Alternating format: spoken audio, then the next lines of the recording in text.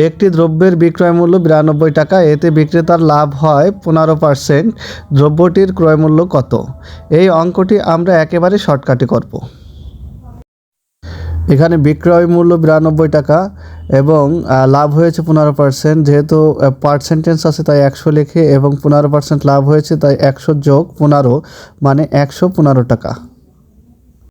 আমাদেরকে ক্রয় মূল্য বের করতে হবে, তাই যেহেতু লাভ হয়েছে তাই 92 টাকার চেয়ে ক্রয় মূল্য কম হবে। প্রথমে 92 লিখি, তারপর 100 এবং 115 এর থেকে যেইটা ছোট সেটা গুণ করি। এখানে 100 ছোট তাই 100 গুণ করলাম এবং ভাগ করব 115।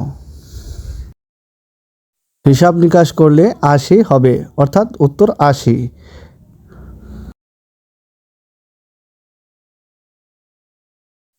একটি জিনিস 24 টাকায় বিক্রয় করলে 20% লাভ হয়, এর ক্রয় মূল্য কত?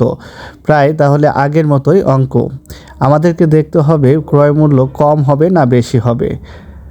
যেহেতু লাভ হয়েছে 24 টাকায় বিক্রি করে 20% লাভ হয়েছে তাই ক্রয় মূল্য 24 টাকার থেকে কম হবে। তাহলে আমরা 24 লিখি, যেহেতু শতকরা তাই 100 লিখি। 20% লাভ হয়েছে, 100 যোগ 20 মানে 120 লিখি। তারপর হিসাব নিকাশ করি। প্রথমে 24, তারপর দেখব হচ্ছে যেটা কম সেটা 24-এর সাথে গুণ হবে। এখানে 100 কম তাই 24-এর সাথে গুণ হয়েছে, ভাগ 120 হয়েছে। হিসাব নিকাশ করলে উত্তর 20 হবে।